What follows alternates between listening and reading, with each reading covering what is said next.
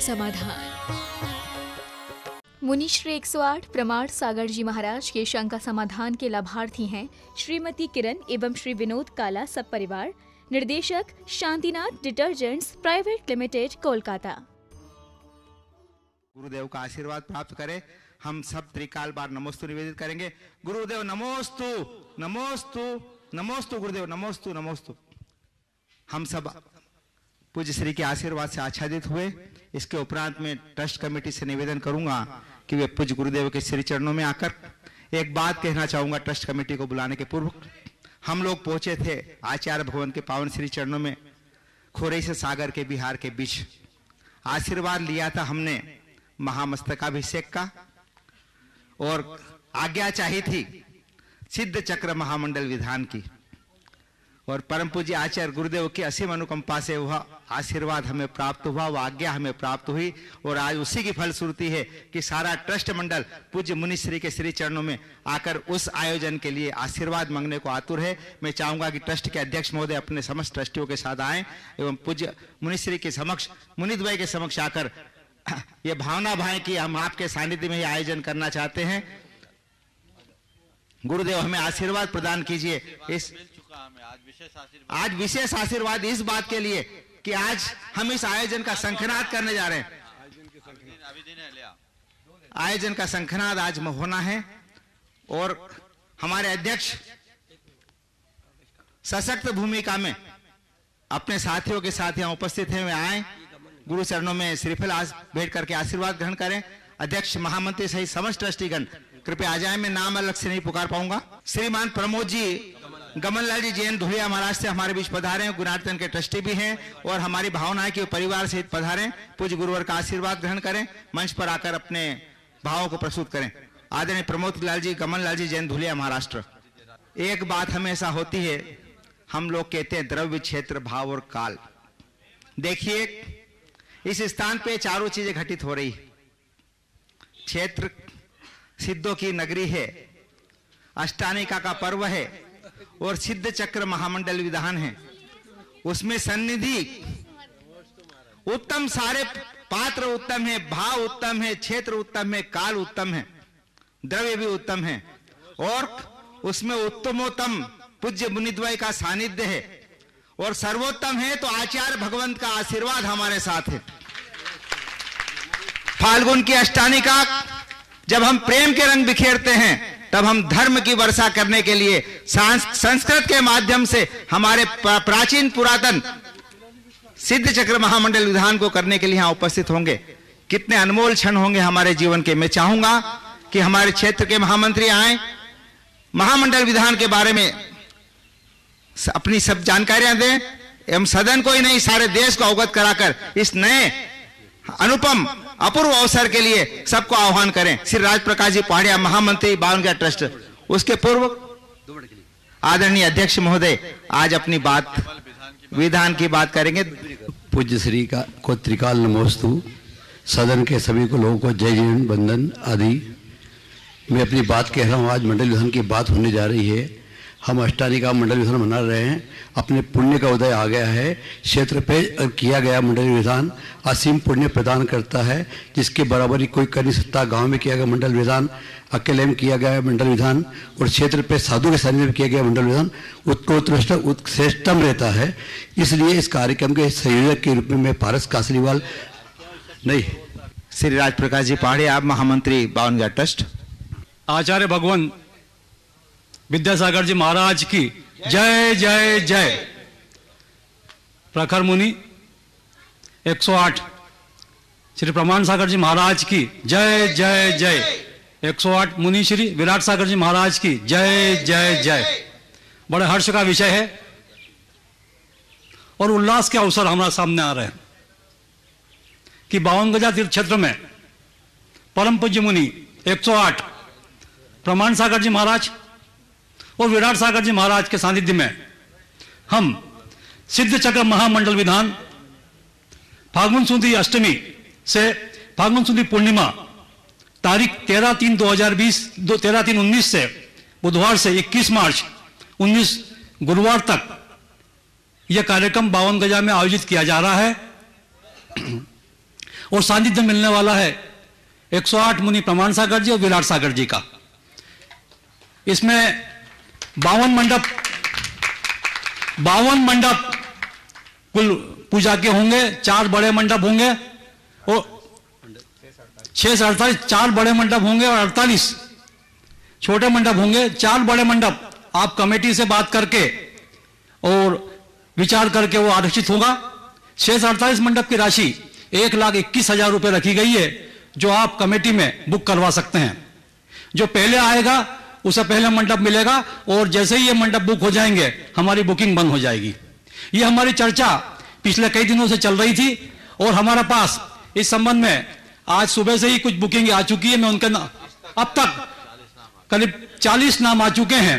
जो कुछ नाम मेरे पास हैं, जो लिस्ट मेरे पास अभी आई है कमेटी की ओर से, मैं उसमें कुछ नाम आपको यहाँ पढ़ के सुना रहा हूँ।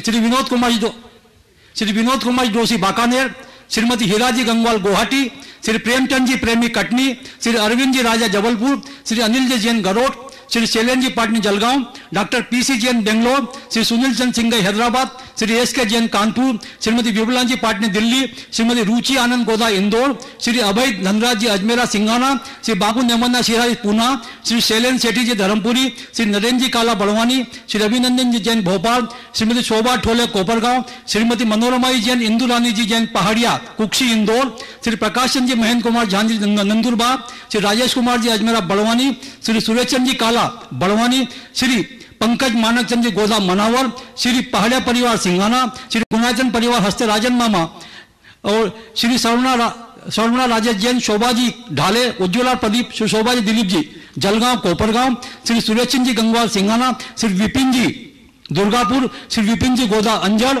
Doctor PC Jain Ellora, RC Jain साहब मनावर, कमल जी गोदा लोहारी, डॉक्टर पीसी पाटनी एलोरा। ये नाम अभी हमारे पास आ चुके हैं और भी नाम आ रहे हैं। आपसे अनुरोध है कि आप अतिशीघ्र बुकिंग कराएं। मैं सुविधा के बारे में थोड़ी सी जानकारी दूं कि यहां पर 52 गजा के अंदर हम प्रत्येक मंडप वाले को 2 कमरे अलाट करने का प्रयास कर रहे हैं, जिसमें कम से कम 8 से 10 लोग रुक सकेंगे। प्रत्येक मंडप में 20 लोगों को बैठने की व्यवस्था दी जाएगी और जो अतिरिक्त लोग रहेंगे उन्हें बड़वानी में व्यवस्था दी जाएगी। हम कमरे की जो अलाटमेंट करेंगे, एक कमरा जो हमारे पास पक्का निर्माण है और एक कमरा जो हम बनाएंगे टेंट में और प्लाई के द्वारा, ये सुविधा युक्त कमरे रहेंगे। सारे कमरे, टेंट का भी कमरा, प्लाई का भी जो बनेगा पूर्ण सुविधा युक्त रहेगा। पूर्व में आपने 52 गजा में 2008 में ऐसे प्लाई के शानदार कमरे देखे थे, वैसी व्यवस्था रहेगी। हमारे कमरे 52 गजा के यूं भी सभी सुविधा युक्त है। इस प्रकार 2 कमरे एक मंडप वालों को 52 गजा में देंगे, जहां 8 से 10 लोग रुक सकते हैं। बाकी व्यवस्था हम बड़वानी में देंगे। अतः आपसे अनुरोध है कि यहां पर आप पधारें। भोजन की और सारी व्यवस्थाएं हमारे पास समुचित व्यवस्था रहेगी। आपके स्वागत के लिए, आपके अभिनंदन के लिए हमारी कमेटी और निवाड़ के लोग, मालवा के लोग सब सहर्ष तैयार हैं। आप पधारें और साथ में मंडप का आनंद लें, धर्म लाभ लें और गुरुदेव के आशीर्वाद और उनके सानिध्य में इस काम को करें। धन्यवाद। आल हाथ की अष्टानी का जब देव लोग खाली करके पहुंचते हैं नंदीश्वर द्वीप में और अनवरत अविरल भगवान की आराधना पूजा करते हैं, तब हम लोग सिद्ध चक्र महामंडल विधान सिद्ध नगरी में संपन्न करेंगे। और हमारा कितना पुण्य बढ़ेगा, कितना पुण्य का वर्धन होगा, इसकी कल्पना हमको उस क्षणों में होगी जब हम यहाँ साक्षात मौजूद होकर उसका लाभ उठाएंगे। मैं परम पूज्य मुनिवर से निवेदन करूंगा कि कृपया वे अपने आशीर्वचन दें, अपनी साधना की स्वीकृति प्रदान करें, ताकि हम उसके उपरांत शंका समाधान के सत्र को प्रारंभ कर सकें। पूज्य मुनिश्री से पुनः निवेदन है, कृपया अपने आशीर्वचन प्रदान करके। आशीर्वाद और स्वीकृति तो पहले ही दे दी गई थी जिस दिन आपने गुरुदेव का आशीर्वाद लिया। सिद्ध चक्र महामंडल विधान अष्टानिक पर्व अपने आप में बहुत महत्वपूर्ण होता है और अष्टानिक पर्व के साथ साथ संस्कृत का सिद्ध चक्र महामंडल विधान, जो मूल सिद्ध चक्र महामंडल विधान है, इसका अनुभव उन सब लोगों को है जिन्होंने पिछले विधानों को अटेंड किया, उसका लाभ लिया है। और यही कारण है कि अभी औपचारिक घोषणा ठीक से हुई नहीं और 40 नाम आपके पास आ गए। अब तो 12 ही मंडल बचे हैं और इसमें भी अभी कुछ ऐसे नाम होंगे जिनका यहाँ से जिनकी घोषणा नहीं हो पाई है। क्योंकि बहुत सारे लोगों ने बोल रखा था, इन लोगों को जितनी स्मृति थी या जितने की सूचना लिखित इनके पास आ गए वो लिख लिया। हो सकता है जिन लोगों के नाम छूट गए हो वो ये ना सोचे कि छोड़ दिया गया, शीघ्र अपना नाम दे दें। ये अद्भुत अवसर, ऐसा विधान जिस विधान में सारे मंत्र मुनियों के मुखों से उच्चारित हो और ऐसा विधान जो घर घर में अनुगूंजित होता हो, ये अपने आप में अद्भुत विधान है। और सिद्ध क्षेत्र में सिद्ध चक्र संस्कृत का मूल विधान ये अपने आप में बहुत ही आनंददायी होगा। तो अभी यहाँ की समिति ने उस विधान के कार्यक्रम की औपचारिक रूप से व्यवस्था से संबंधित जानकारियां देते हुए आप तक घोषित किया है। आप सब अतिशीघ्र जो भी इसमें अपनी भागीदारी सुनिश्चित करना चाहते हैं करें। बात सही है, आवास की सुविधा सब चाहते हैं, जहाँ महाराज है वहीं रहें। तो यहाँ की जो सीमाएं हैं उन्होंने आपको बता दी, पर भगवान के दरबार में सबको जगह मिलती है। इसलिए जो उत्तम से उत्तम सुविधा है समिति आपको उपलब्ध कराएगी और आप भी उसी के अनुरूप आनंद ले। समिति ने 8 से 20 आदमी तक की व्यवस्था आपके लिए की है। आप जितने लोगों को अनुकूलता से रख सके उतने ही लोगों को लाएं और आनंद के साथ इसकी रूपरेखा बनाएं। मैं तो कहूँगा कि अगले आने वाले 4-5 दिनों में समिति पूरी समीक्षा करके आम लोगों के लिए भी क्या व्यवस्था उपलब्ध करा सकती है उसकी सूचना भी दे, ताकि जो लोग किसी कारण से मंडल लेने में समर्थ न हो वो भी इस विधान का आनंद ले सके। उनकी पूरी व्यवस्थाएं रूपरेखा बनाकर समिति सुनिश्चित करे। हम चाहते कोई वंचित न रहे, लाभ सबको मिलना चाहिए, ऐसा प्रयास और ऐसी भावना होनी चाहिए। पर साधन, ये जंगल है, शहर गांव होता तो वहाँ सारी व्यवस्थाएं बड़ी आसानी से जुट जाती है। पर मुझे प्रसन्नता है कि समिति ने बहुत उत्साहित होकर इस कार्यक्रम को संपन्न करने का मन बनाया है और वो आप सबकी व्यवस्थाएं जुटा रही है। मुझे लगता है 2-4 दिनों में बाकी सूचनाएं भी पहुंच जाएगी, पर आज से ही सब लोग अपना मन बना ले। और मैं खासकर देश भर के लोग तो आ ही रहे हैं, निमाड़ मालवा वाले चूक मत जाना। आप सोच लो हमारी गाड़ी कितनी जल्दी फुल होती है। 52 में 40 हो गए, बचे कितने? 12 शेष 12 तब बचे कितने? इसलिए जिसको भी ये सहभागिता लेनी है वो जरूर ले, क्योंकि जीवन में एक बार सिद्ध चक्र विधान तो प्रत्येक व्यक्ति को करना ही चाहिए। ये एक साथ 52 परिवारों का विधान होगा। 48 का ही मन था, लेकिन ये 52 गजा क्षेत्र है, इसलिए सब ने कहा महाराज 52 हो जाए, तो 52 की बात हो गई। मुझे नहीं लगता, हमें तो लगता है कि जिस तरह का आप सबका उत्साह है, पता नहीं 52 में आप लोग समा पाएंगे कि नहीं और आगे न बढ़ाना पड़े। पर अभी से मैं कुछ नहीं कहूँगा क्योंकि इनकी व्यवस्थाएं सीमित है। आप आइए, आनंद लीजिए, कम लोग आए पर पूरी व्यवस्था का लाभ लेंगे तो आनंद आएगा। पर हाँ, परिवार के किसी सदस्य को आप वंचित मत कीजिएगा। थोड़ा आगे और पीछे रुकने की व्यवस्था भले हो जाए, लेकिन हमें आनंद भरपूर लेना है। इस भाव के साथ आगे की कार्यवाही के लिए बात करें। गुरुदेव, आपने कहा जंगल है, हम तो कहते हैं जहाँ आचार्य भगवंत का आशीर्वाद है और आपकी सन्निधि है वहाँ जंगल में भी मंगल हो जाता है, करता है। फिर ये सिद्ध क्षेत्र की भूमि है। और पुनः एक निवेदन कर रहा हूँ, जिन लोगों के नाम हमारे महामंत्री महोदय उद्घोषित करना भूल गए हों, कृपया वे आज ही आरक्षित करवा लें, अभी आरक्षित करवा लें, ताकि चिड़ियाँ चुग गई खेत बाद में पछताए क्या होता है, ऐसा नहीं कहना पड़े। अब मैं प्रश्नों की शुरुआत आपके समझ कर रहा हूँ। प्रथम ऑनलाइन प्रश्न श्रीमान अनिल जी चौधरी गरोट गुरुदेव के श्री चरणों में नमोस्तु निवेदित करते हुए जानना चाह रहे हैं कि 3 लोक के बारे में चर्चा होती है। भगवान 3 लोक क्या है? 3 लोकों में धर्म का क्या स्वरूप रहता है? कृपया समाधान कीजिए। 3 लोक किसको कहते हैं? जहां हम लोग निवास करते हैं वो लोक है। जैन धर्म के अनुसार ये लोक 3 भागों में विभाजित है, अधोलोक, मध्यलोक और ऊर्ध्वलोक। अधोलोक यानी हम जहाँ हैं उससे नीचे का भाग, मध्यलोक में हम लोग हैं, ऊर्ध्वलोक हमारे से ऊपर है। अधोलोक में नारकियों का मुख्य रूप से निवास है, उसे पाताल लोक भी कहते हैं। मध्यलोक में हम लोग हैं और ऊर्ध्वलोक में देवों का निवास होता है। आपने पूछा धर्म कहाँ है, तो तीनों लोकों में धर्म है। नरकों में भी धर्म है, स्वर्ग में भी धर्म है, इस धरा पर तो धर्म है ही। आगे टीकमगढ़ से सोनम जैन आपकी चरणों में तिकाल नमोस्तु निवेदित करते हुए जानना चाह रही हैं, कुछ समय पहले मेरी शादी हुई, जो एक लव मैरिज है परंतु परिवार की सहमति से हो रही है।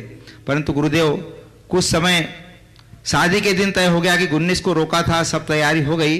अब लड़की वालों का कहना है कि ये शादी नहीं हो सकती, क्योंकि अगर शादी हुई तो लड़की लड़का में से कोई एक मर जाएगा।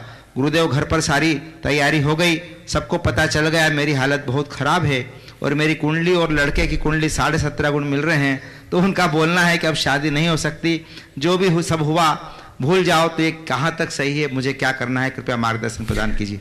देखिए भाई, ऐसा है कि अब अगर किसी के मरने जीने की बात है और मान लो मैंने कह दिया कि नहीं कुछ नहीं होगा और कहीं हो गया तो हमारे सिर पर बात आ जाएगी, तो हम इस झमेले में क्यों पड़े। मुझसे राय लो तो मैं एक बहुत अच्छी राय देता हूँ। जब ये पहले से घोषणा हो गई कि एक दोनों में से कोई एक मर जाएगा, तो ये तो वैराग्य का विषय है, विवाह का कहाँ। अरे संसार की नश्वरता समझो, जीवन समाप्त होगा तो क्यों कीचड़ में फंस रहे हो, रास्ता बदल लो और अपना जीवन सुरक्षित कर लो। उत्तम मार्ग तो यही है, बाकी तुम जानो, तुम्हारे लोग जाने। नमस्ते गुरुवर। प्राची जैन रतलाम से आप किसी चरणों में नमस्ते निवेदित करते हुए जानना चाह रही है, महाराज जी आज एक मजदूर से पूछा कि इतनी मेहनत सिर्फ 250 रुपये के लिए, तो उसने अपना काम छोड़कर बड़ी ब्यूटीफुल वे में आंसर दिया कि जिनके पास सब कुछ होता है वो नींद को इंतजार करते हैं और नींद हमारे जैसे लोगों का इंतजार करती है। आप लोग बाहरी खुशी दिखाते हैं दुनिया को, हम पर भीतर से खुश रहते हैं। क्या आप जैसे बड़े लोग भाग्य से ज़्यादा और वक्त से पहले सब कुछ पा जाते हो?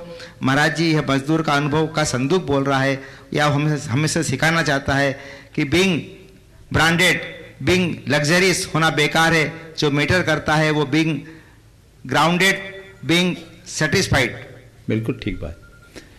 बीइंग ग्राउंडेड, बीइंग सेटिस्फाइड, ये जीवन का मूल मंत्र होना चाहिए। ब्रांडेड और लग्जरियस का तो नतीजा सब देख ही रहे हैं।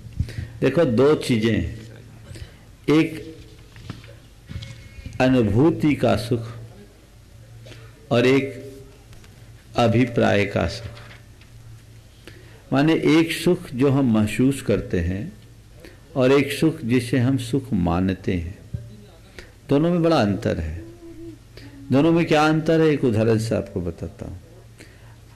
एक आदमी नंगे पांव चल रहा है, उसके पांव में जूते नहीं है पर अपनी मस्ती में चल रहा है, और एक आदमी ने ब्रांडेड जूते पहन रखे हैं पर वो जूता काट रहा है। एक आदमी नंगे पांव चल रहा है, अपनी मस्ती में चल रहा है, और दूसरे आदमी ने ब्रांडेड जूते पहन रखे हैं, वो जूता उसे काट रहा है। मैं आपसे पूछता हूं, दोनों में किसका सुख अच्छा है? नंगे पैर वाले। नंगे पांव, समझ गए? नंगे पांव चल रहा है, उसका सुख अच्छा है, ये अनुभूति का सुख है।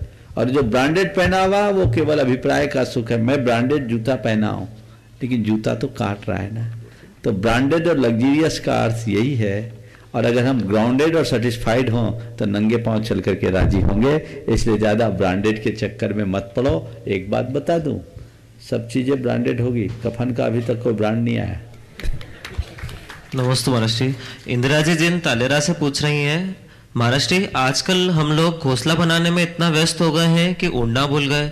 जिंदगी तो हम जी रहे हैं बस सिर्फ दिखावे की, इस दिखावे में हम जीना भूल गए, तो वापस से उड़ना कैसे शुरू किया जाए?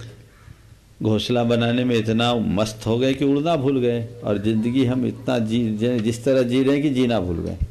आपने पूछा है कि इस तरह की जिंदगी में हम, क्या पूछा सवाल?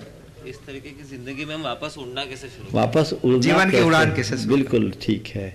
देखिए, घोंसला बनाओ पर घोंसला के प्रयोजन को ध्यान में रखो।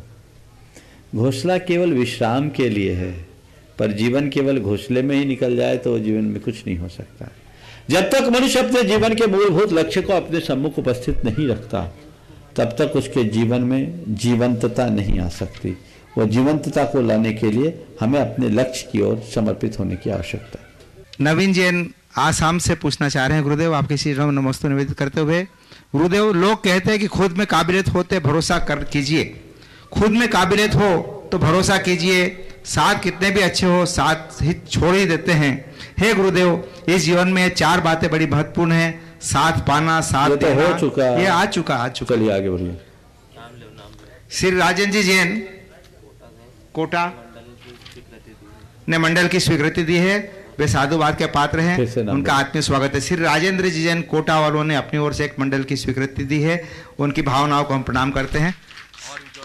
और जो भी महानुभाव ऑनलाइन अभी बुकिंग करवाना चाहते हो, अभी मैंने निवेदन किया था, अभी और आज ही तत्काल आरक्षित करवा लीजिए, ताकि कल से आपको पछताना नहीं पड़े। अब मैं उपस्थित महानुभावों में से सर्वप्रथम आमंत्रित कर रहा हूं श्री मुकेश जी चंदन बालाजी पाटोदी, ट्रस्टी गुणायतन इंदौर, कृपया पधारें। आज उनकी शादी की सालगिरह भी है। हम सारे सदन की ओर से करतल ध्वनि से उनकी वैराग्य की पथ पर अग्रसर हो ऐसी भावना भाते हुए अनुमोदना करते हैं। नमोस्तु महाराज जी, नमोस्तु महाराज जी, नमोस्तु महाराज जी। महाराज जी, पैसा कमाने की चाह रखना, बिजनेस में प्रतिस्पर्धा करना, लग्जरी लाइफ जीने के लिए कुछ भी करना, यह महाराज जी अपने हमारे धर्म के अनुसार कहाँ तक उचित है? देखिए, पैसे कमाने की चाह रखना, बिजनेस में प्रतिस्पर्धा रखना, लग्जीरियस लाइफ जीने की कोशिश करना, आपने पूछा है धर्म में कहाँ तक उचित है। देखिए, गृहस्थ को अपने जीवन में जीव निर्वाह के लिए जीविका की आवश्यकता है। जीविकोपार्जन के लिए व्यापार तो करना पड़ता है। अब व्यापार तभी कर पाएगा जब व्यक्ति के अंदर कमाने की चाह होगी, और कमाएगा तभी जब वो सही नीति और रीति के साथ व्यापार करेगा।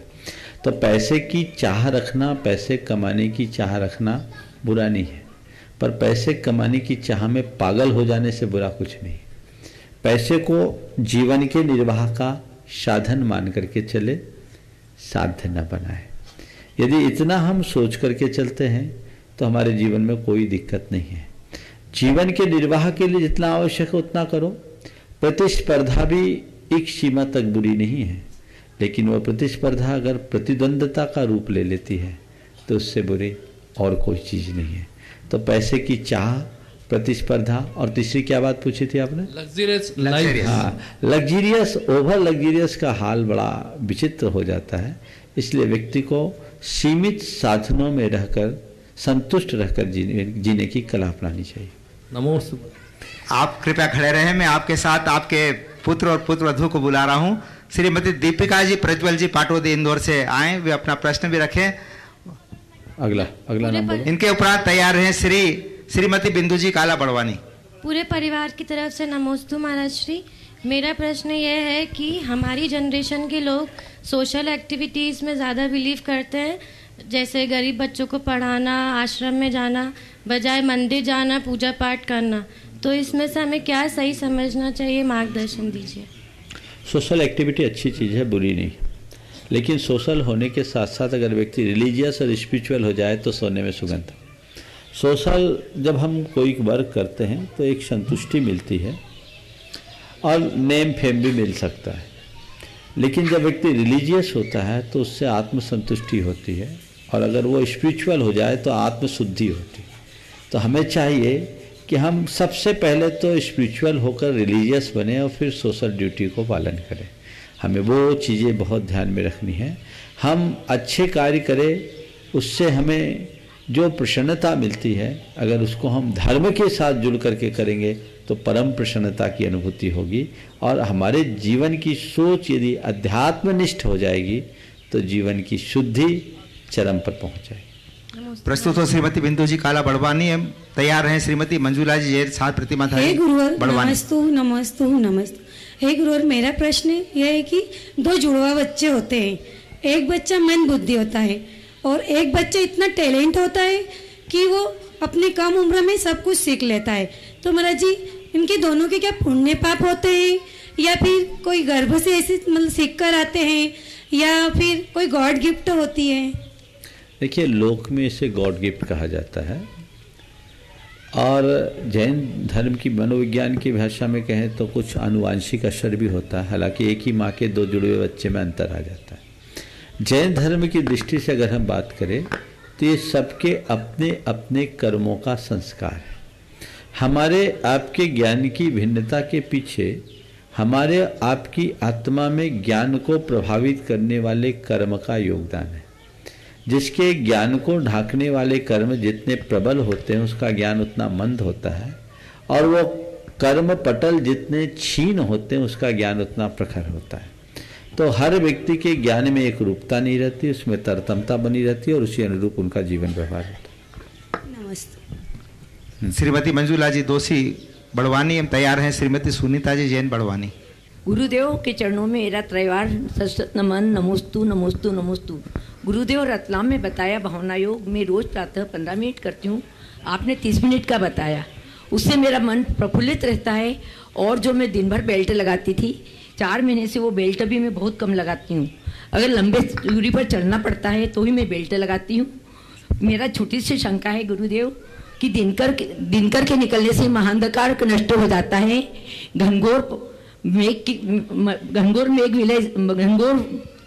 घनघोर बादलों से हवा से मेघ विलय हो जाते हैं, एक छोटी सी चिंगारी से महावनों का नाश कर देती है, वज्र से बड़ी बड़ी चट्टानें और महापहाड़ चकनाचूर हो जाते हैं। तो गुरु और मेरी जिज्ञासा है कि हमारे अज्ञानी मन में जो विकारी भाव उत्पन्न होते हैं, जिससे अनेक कर्मों का बंध होता है, उन अनेक कर्मों का बंध का संबंध टेप रिकॉर्ड की तरह होता है, जैसे उसके सामने हम जो कुछ बोलते हैं वह अंकित हो जाता है। इस प्रकार हम 24 घंटों कर्म का बंधन बांधते हैं, उन कर्म का नाश करने का मैं क्या उपाय करूं? जो आप को धार्मिक क्रियाएं बताई है, साधना बताई है, उसे करते रहे। कर्म नाश के लिए कई तरह के उपाय बताए हैं, कुछ साधना मूलक है और कुछ उपासना मूलक है। साधना में ध्यान है, चिंतन है, तत्व का अभ्यास है, भावना योग भी उसका एक अंग है। उपासना में पूजा पाठ, स्वाध्याय, व्रत, उपवास, ये सब हमारे कर्म काटने के अस्त्र हैं, इनका आलम्बन लें। और अगर मैं संक्षेप में कहूँ तो हर पल समता का अभ्यास रखो। आपकी समता जितनी प्रगाढ़ होगी, आप उतनी तत्परता से कर्मों को काट सकेंगे। श्रीमती सुनीता जी जैन बड़वानी और तैयार है श्रीमान अंतिम कुमार जैन व्याख्याता अंजड़। नमोस्तु महाराज जी, नमोस्तु नमोस्तु नमोस्तु। महाराज जी, अभी बसंत पंचमी का त्यौहार आने वाला है, तो उसके पहले प्रकृति में पतझड़ शुरू हो चुका है। तो गुरुवार हम सभी के जीवन में भी एक उम्र के बाद पतझड़ अवश्य ही निश्चित होता है। तो जैसे प्रकृति पतझड़ से अप्रभावित रहकर बसंत के स्वागत के लिए पुनः तैयार है, वैसे ही हमारे जीवन में पतझड़ के बाद पुनः बसंत की बहार छाई रहे, उसके लिए हमें क्या प्रयास करना चाहिए? जड़ की तरफ ध्यान रखना चाहिए और जड़ पर विश्वास रखना चाहिए। सुनो, कुछ पंक्तियां सुनाता हूं।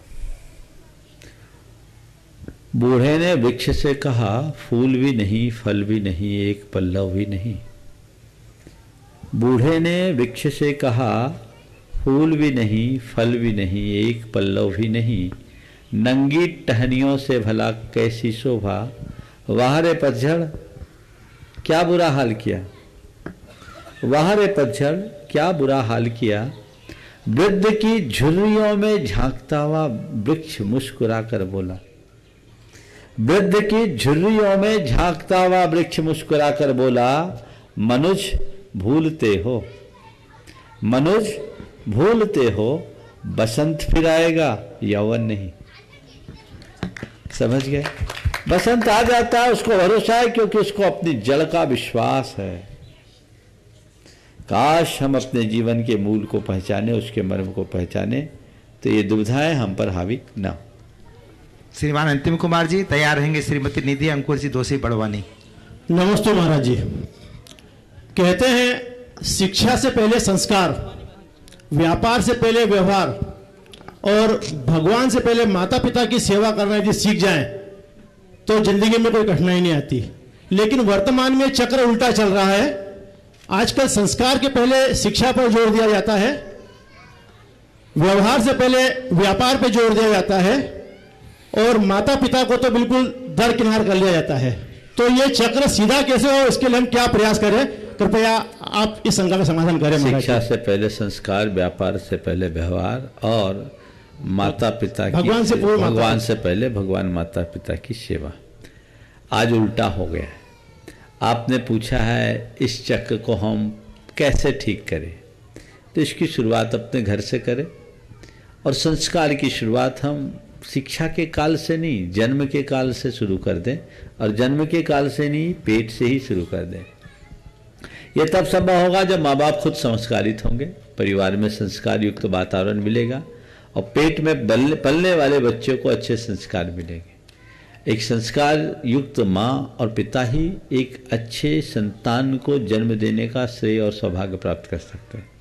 तो वह सौभाग्य उन्हें प्राप्त हो, वो अच्छे संस्कार से युक्त संतान को अगर जन्म देंगे तो वो संतान कालांतर में शिक्षा भी पाएगी, तो अपने संस्कारों की गूंज उसमें दिखेगी, फिर वो व्यापार भी करेगा तो संस्कार का व्यवहार उसके जीवन में बहुत स्पष्टतया दिखेगा। और ऐसे व्यक्ति के लिए भगवान तो है ही, माता पिता में ही भगवान दिखने लगेंगे, फिर कुछ कहने की जरूरत नहीं पड़ेगी। श्रीमती निधि अंकुर जी दोषी बड़वानी और तैयार रहेंगी श्रीमती नीना जितेंद्र जी गोधा पड़वानी। नमोस्तु महाराज जी, नमोस्तु नमोस्तु नमोस्तु।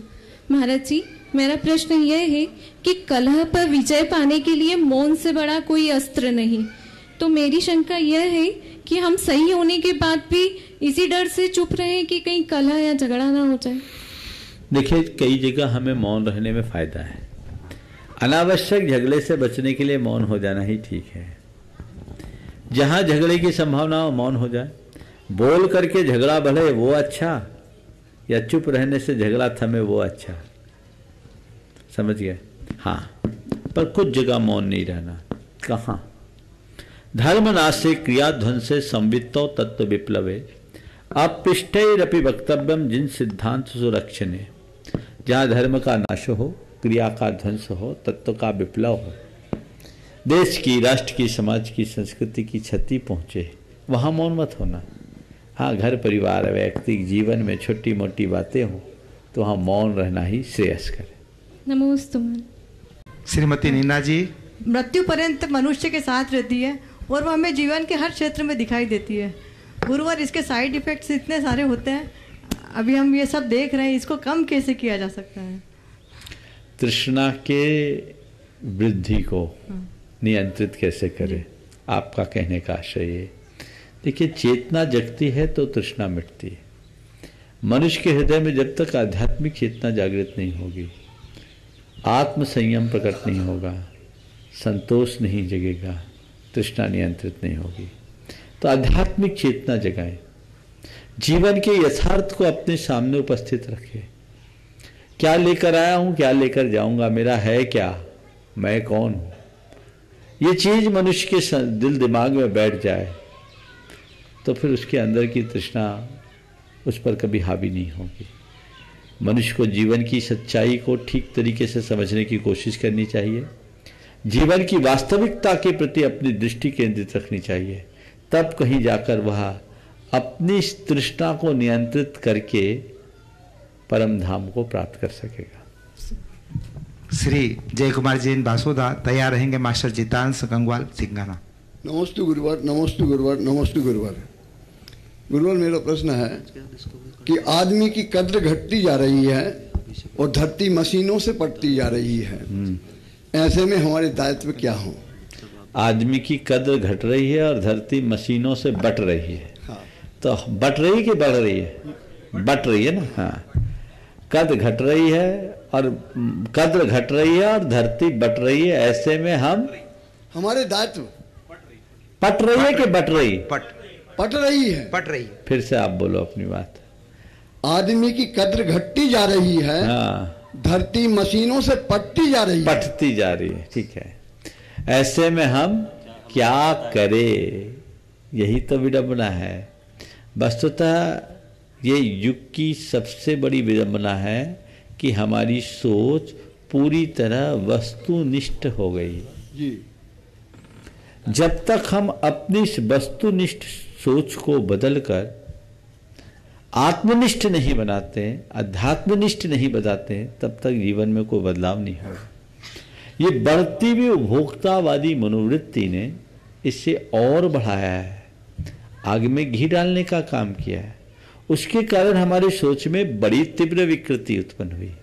तो हम अपनी सोच को बदलें, सोच के प्रति सावधान हो, जागरूक हों, तब अपने जीवन में कोई ठोस कामयाबी हम प्राप्त कर सकें। नमस्ते गुरुवर। मास्टर जितांश के साथ आज निमार्ग सिंगापुर की 3 पीढ़ियां एक साथ मौजूद है।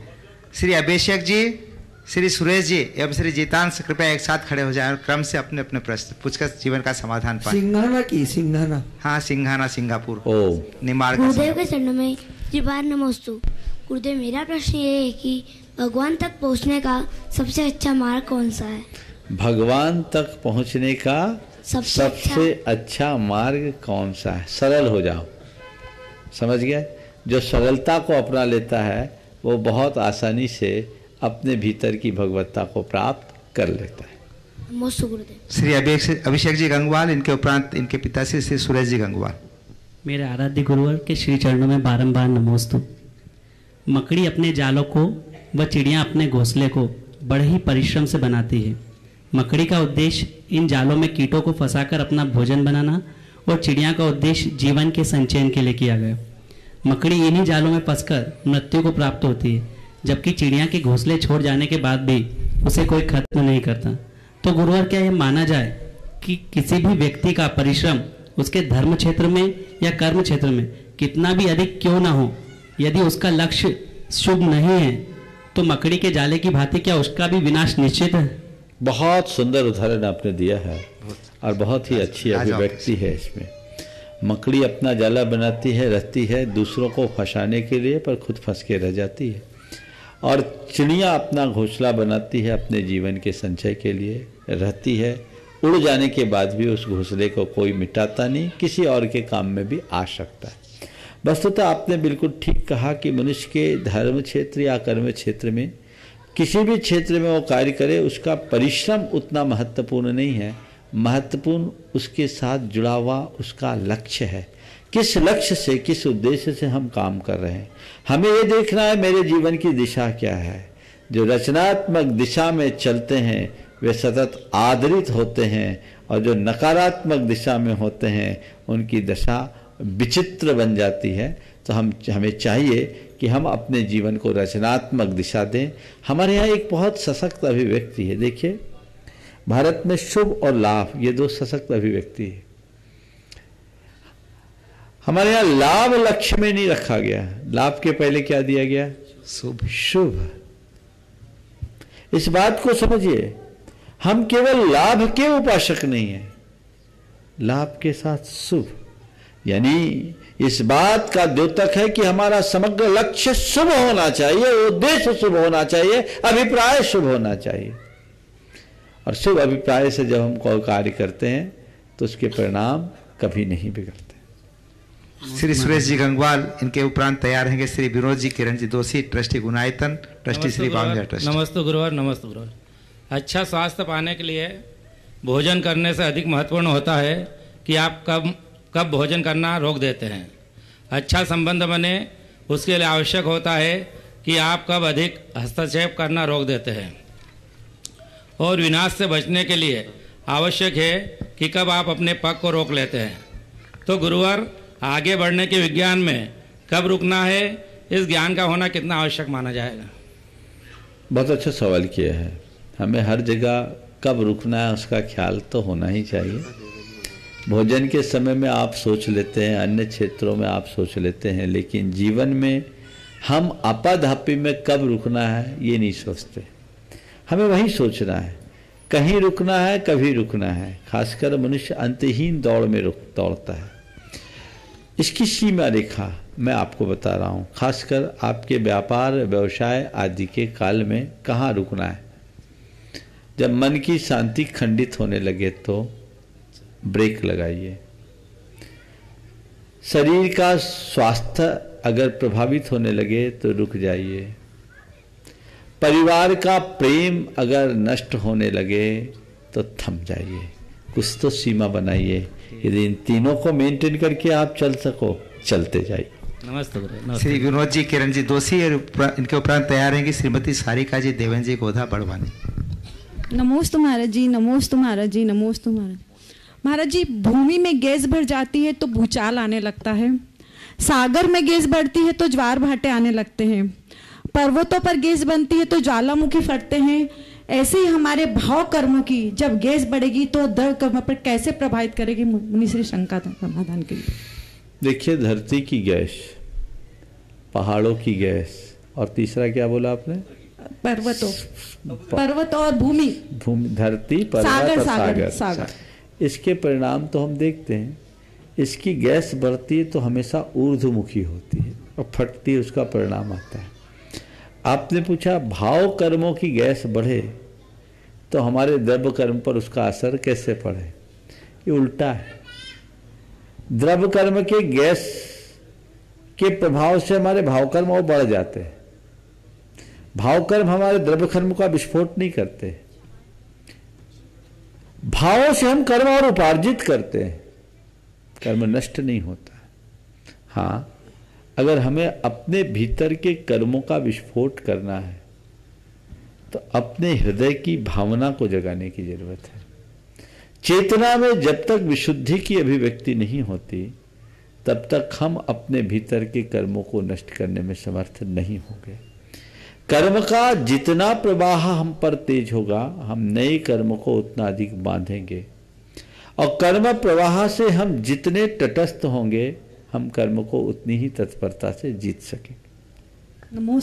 हाँ, उपस्थित हो श्रीमती सारिका देवेन जी गोधा, हम तैयार हैं। श्री मोहित जी काला से बुलाए ना, बोलो। हाँ, नमस्ते महाराज जी। महाराज जी, जैसे महाराज जी हमने किसी को धोखा दिया और धोखे से जो पैसा कमाया और महाराज जी उस पैसे को हमने दान में दे दिया, तो उस पैसे का पुण्य जिससे हमने पैसा कमाया उसको मिलेगा या हमको मिलेगा? धोखा देने का पाप किसको मिलेगा? हमको। हाँ, उसको तो नहीं मिलेगा। उसको नहीं मिलेगा महाराज जी। तो धोखा देकर आपने पाप ले लिया, तब जब पाप आपका तो पुण्य उसका कैसे होगा? समझ गए? हाँ, लेकिन अगर कोई धोखा खा जाए और उसके बाद मालूम पड़े कि हमको धोखा देने वाला कोई पुण्य का कार्य किया है, तो मन में ये सोच करके संतोष करे और उसकी अनुमोदना करे कि चलो कम से कम धोखा दिया, अच्छे कार्य में लगा, चलो मैं नहीं दिया उसके हाथ से लग गया, ऐसा सोच लो, चलो अच्छा हो, उसकी अनुमोदना कर ले तो पुण्य कमा लोगे। लेकिन धोखा देने के बाद वो तो पैसा कमा रहा, अच्छा कार्य कर रहा, और तुम्हारी पोजीशन ये बन गई कि तुम वापस लेने की भी स्थिति में नहीं हो, कुछ कहने की भी स्थिति में भी नहीं है, और वो अगर अच्छा कार्य कर रहा है तो तुम और चिढ़ रहे, देखो हमको बेवकूफ बना करके यह सबसे आगे आ रहा है, तो और नया पाप पालोगे। समझ गए? तो बात ऐसी है, सबको अपनी अपनी करनी का फल मिलता है, अपने अपने भावों के अनुरूप परिणाम होते हैं। आप जैसे भाव से जो कार्य करेंगे उसका वैसा परिणाम। नमस्ते महाराज जी। नमस्ते। नमोस्तु गुरुदेव। नमोस्तु नमोस्तु गुरुदेव। गुरुदेव, समर्पण के साथ समाज हित का कार्य करने वाला व्यक्ति हमेशा तिरस्कार को प्राप्त होता है, जबकि चिकनी चुपड़ी और लुभावनी बातें करके हमेशा वो समाज में व्यक्ति सम्मान को प्राप्त होता है। गुरुदेव, ऐसा क्यों? आप समाधान कीजिए। देखिए, समर्पण के साथ काम करने वाला व्यक्ति तिरस्कार का पात्र बनता है, और चिकनी चुपड़ी बातें करके समाज में आगे आने वाला व्यक्ति सम्मान पाता है। आप जो ये कह रहे हैं, मुझे ये पूरी तरह युक्त नहीं दिखती। क्यों? अगर व्यक्ति सही समर्पण के साथ काम कर रहा है तो उसका समादर होगा, हाँ, पर कभी कभी दूसरों के छल छद्मों से वो प्रभावित हो जाता है। लेकिन मैं एक बात कहता हूँ, समर्पण के साथ साथ कम से कम अपनी भाषा अच्छी रखें। हम चिकनी चुपड़ी बात न बोल पाए कोई बात नहीं, पर तीखी बात बोलने का अभ्यास छोड़ दें। समाज में जगह वही बना सकते हैं जिनके मुख में मिठास होती है। ये बात हमें बहुत अच्छे से अपने हृदय में अंकित कर लेनी चाहिए। अगर हमारी भाषा हमारे नियंत्रण में ना हो तो हमारी स्वीकारता ही नहीं रहेगी। हमारी स्वीकारता तभी बढ़ेगी जब हम अपनी भाषा पर नियंत्रण रखेंगे। तो भाषा पर हमारा नियंत्रण होना चाहिए, और नियंत्रित भाषा के साथ हमें आगे बढ़ने की कोशिश करनी चाहिए। और दूसरे लोग जो अपनी तिकलम के कारण, जिसे आप चिकनी चुपड़ी भाषा कह रहे हैं, वो आदर पा लेते हैं, पर ध्यान रखना, स्थान पाते आदर नहीं। स्थान मिलना सहज है, आदर मिलना बहुत कठिन है। तिकलम से मनुष्य स्थान पा सकता है, पर अपनी प्रतिभा से ही मनुष्य आदर पाता है। तो हमें अपनी प्रतिभा को उज्ज्वल बनाना चाहिए। श्री मोहित जी काला, एवं तैयार हैं श्री प्रबोध लाल जी गमराज जैन, धुलिया महाराष्ट्र, ट्रस्टी गुणायतन सपरिवार। नमोस्तु महाराज श्री। महाराज श्री, जो हो गया वो हो गया, जो चला गया वो चला गया। जैसा हमारा पास्ट था जरूरी नहीं है प्रेजेंट हमारा वैसा हो, जैसा हमारा प्रेजेंट है जरूरी नहीं है हमारा फ्यूचर वैसा हो। हमें मूव ऑन तो हमेशा ही करना है। तो गुरुवर, हम मूव ऑन कैसे करें? पुरानी बातों को नजरअंदाज करते हुए मूव ऑन करें कि पुरानी बातों को ध्यान में रखते हुए आगे मूव ऑन करें? पुरानी बातों का अनुभव पा करके मूव ऑन करो, न नजरअंदाज करो न ध्यान रखो। पुरानी बातें भूलने की है, लेकिन भूलने की ही नहीं, सीखने की भी है। बहुत सारी ऐसी बातें होती है जो हम पर हावी होती है। बुरी स्मृतियों को हम छोड़ें, पर उनसे कुछ नसीहत निचोड़ें। अच्छी स्मृतियों को अपने हृदय में अंकित रखें और उसे अपने आगे के लिए प्रेरणा का एक रास्ता बनाएं। तो हम अपने पास्ट की बातों को क्या करें, न भूलें न नज़रअंदाज करें, अपितु उससे कुछ सीख ले, प्रेरणा ले, अनुभव ले और उसके साथ चले। नमोस्तु महाराज। श्री प्रमोद लाल जी साहब, धुलिया महाराष्ट्र, तैयार रहेंगे। श्री एस जी सेठी, प्रोफेसर। नमोस्तु महाराज जी, नमोस्तु नमोस्तु नमोस्तु महाराज जी। महाराज जी रोज मंदिर जाते हैं, पूजा पाठ स्तोत्र जो कुछ पढ़ते हैं, मंदिर में 9-10 भी बज गए तो वे मंदिर में कुछ भी आकुलता होती नहीं। और रोज पूजा में क्षुधा रोग विनाशनाय नैवेद्य चढ़ाते हैं, पर घर आते ही क्षुधा सताती है। तो क्षुधा का नाश कब होगा? देखिए, आप तो अपना अनुभव बोलते हैं, हम लोगों को तो तब बड़ी हंसी आती है, मन में भी लगता है कि चौके में आपके जाते हैं तो आप लोग हम लोगों की पूजा करते समय क्षुधा रोग विनाशनाय नैवेद्यम बोलते। तो क्या है, आपने पूछा इस क्षुधा का निवारण क्या होगा? दरअसल हमने पूजा में ये जो प्रक्रिया बना दी, हमने प्राचीन पूजा के रूप को देखा, खासकर आदि पुराण के। वहाँ इस तरह नहीं था जन्म जरा मृत्यु विनाशनाय जलम निर्पामति स्वाहा, संसार ताप विनाशनाय चंदन निर्पामति स्वाहा, ऐसा नहीं। चुटकी भर जल दे रहे हैं और जन्म जरा मृत्यु विनाशनाय, एक छींटा चंदन दे रहे, संसार ताप विनाशनाय। ये बाद में पूजा के क्रमिक विकास का फल है। वहाँ तो ये लिखा, मैं जल से आपकी पूजा करता हूँ, मैं चंदन से आपकी पूजा करता हूँ, मैं अक्षत से आपकी पूजा करता हूँ, मैं पुष्पों से आपकी पूजा करता हूँ, मैं नैवेद्य से आपकी पूजा करता हूँ, दीप से आपकी पूजा करता हूँ, धूप से आपकी पूजा करता हूँ, फल से आपकी पूजा करता हूँ। यानी इनके माध्यम से हम अपनी भक्ति को प्रकाशित करते थे। अब हमने क्षुधा रोग निवारण है, मानी मैं अपनी क्षुधा के रोग के निवारण के लिए, इसकी जगह ये कहना चाहिए जिनके क्षुधा के रोग का निवारण हो गया उनके लिए पूजा कर रहा हूं। अपनी क्षुधा के रोग के निवारण के लिए नहीं, किसके? जिनने अपनी क्षुधा रोग का निवारण कर लिया, जो जन्म जरा मृत्यु से पार हो गए, जो संसार के ताप से मुक्त हो गए, उनकी मैं पूजा कर रहा हूं। समझ गए? ये एक भाव मन में है कि प्रभु आपने जो पद पाया वो पद मुझे भी मिले। आपने कहा कि इतने दिनों से पूजा करते ही सबसे पहले क्षुधा निवारण की इच्छा होती है ना, पहले प्रभु पूजा फिर पेट पूजा, कई लोग कहते हैं। तो कम से कम ये भाव तो मन में रखो उस घड़ी भी, हे भगवान कब वह दिन आए जब हम इस झमेले से मुक्त हो जाए। नमोस्तु महाराज जी, नमोस्तु नमोस्तु। नमोस्तु महाराज श्री, नमोस्तु नमोस्तु नमोस्तु महाराज श्री। वादों और यादों में इतना सा अंतर होता है, वादों को इंसान तोड़ देता है, यादें इंसान को तोड़ देती है। बहुत सुंदर। हाँ, वादा कैसा हो जिसे तोड़ते समय किसी की याद ना आए, और याद किसकी हो जिससे वादा तोड़ने की कभी नौबत ना आए। बहुत सुंदर। वादों और यादों में इतना ही अंतर है, वादों को इंसान तोड़ता है और याद इंसान को तोड़ती है। वादे कैसे हो? जिसको तोड़ते समय किसी की याद ना आए, और यादें कैसी हो? यादें किसकी हो जिससे कोई वादा तोड़ने की नौबत ना आए। बहुत सुंदर। वादे कैसी हो जिसे तोड़ते समय किसी की याद ना आए।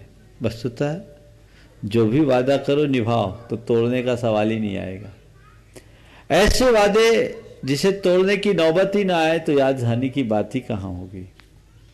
इसलिए जो भी वादे करो पक्के वादे करो। वादे तोड़ने वाले व्यक्ति अपने जीवन में कभी सफलीभूत नहीं होते। आजकल के समय में तो एक बात सिखाई जाती, कमिटमेंट।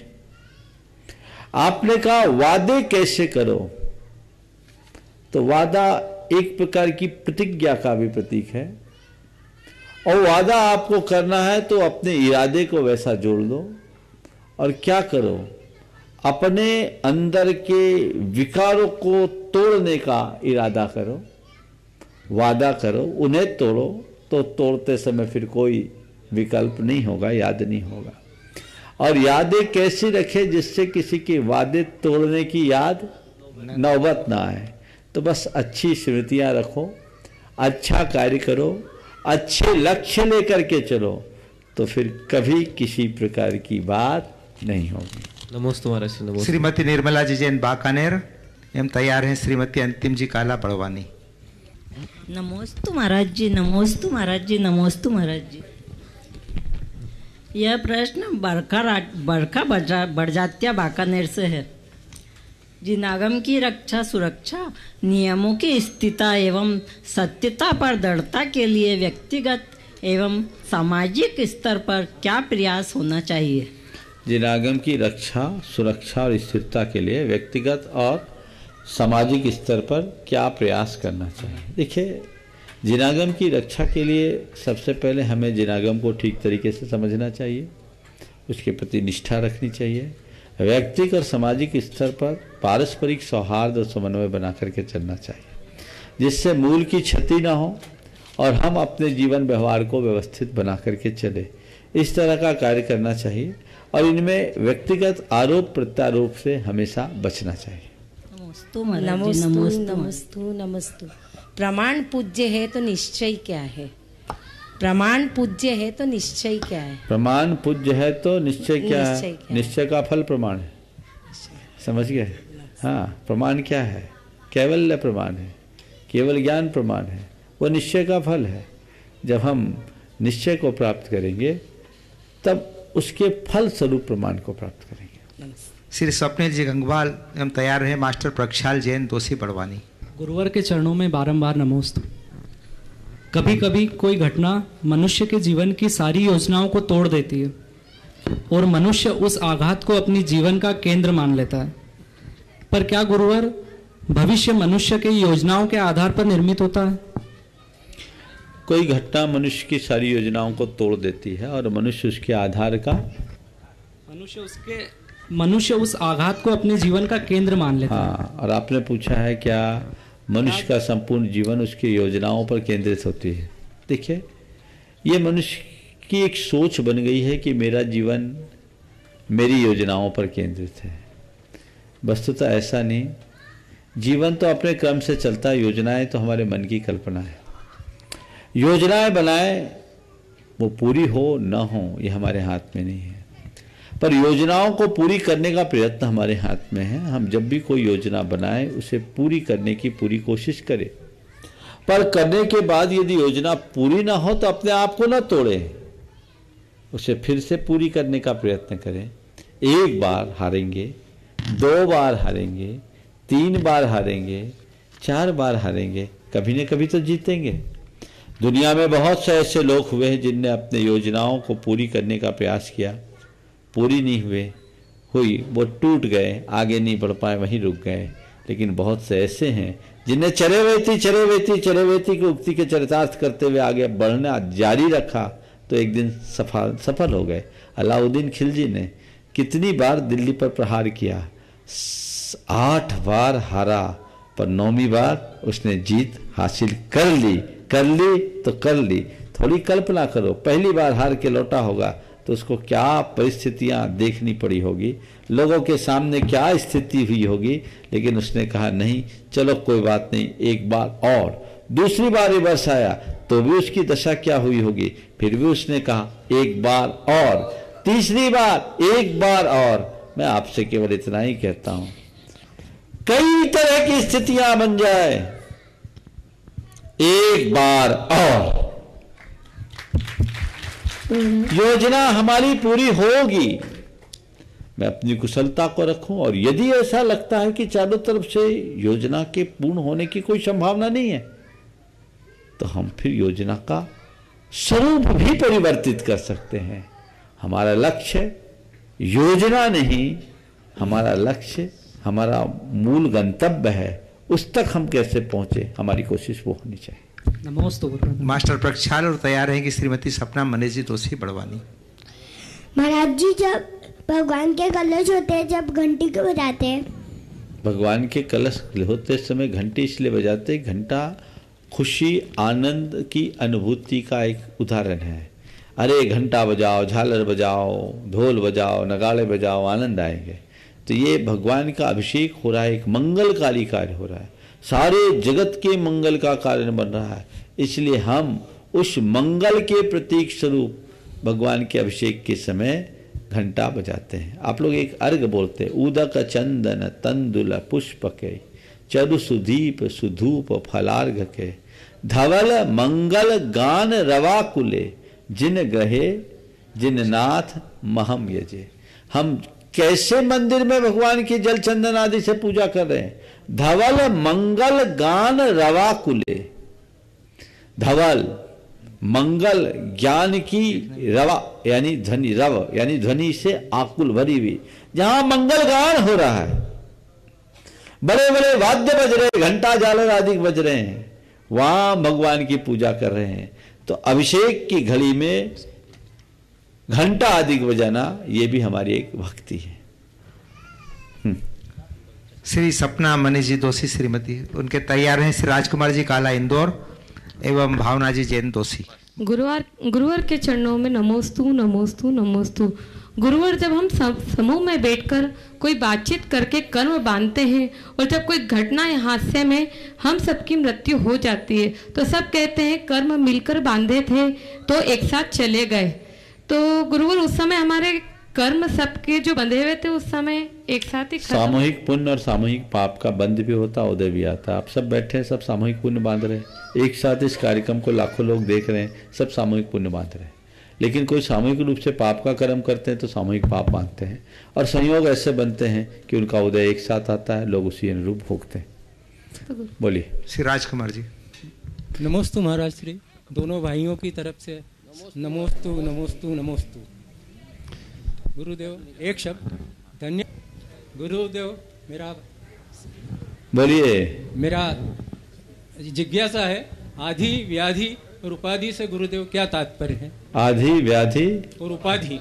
देखिए, मानसिक बीमारी को आधि बोलते हैं, शरीर की बीमारी को व्याधि बोलते हैं, और यश नाम आदि जो चीजें जुड़ती है वो उपाधि कहलाती है। क्या ये ध्यान में बाधक है गुरुदेव? समाधि में सब बाधक है।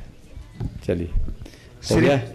हाँ, लास्ट। श्रीमती भावना जी। नमोस्तु गुरुवर। गुरुवर, स्वभाव विचार कर्म और आदतें सदा परिवर्तनशील रहते हैं, तो इन्हें अपने अनुकूल कैसे बनाएं? स्वभाव विचार कर्म और आदतें हमेशा परिवर्तनशील रहते हैं, इन्हें अपने अनुकूल कैसे बनाएं?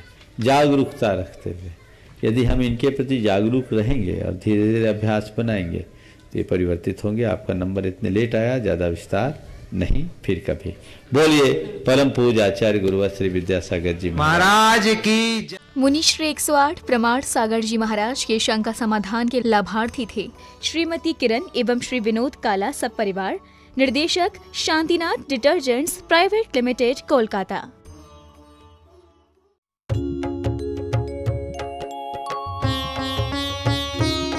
शंका समाधान।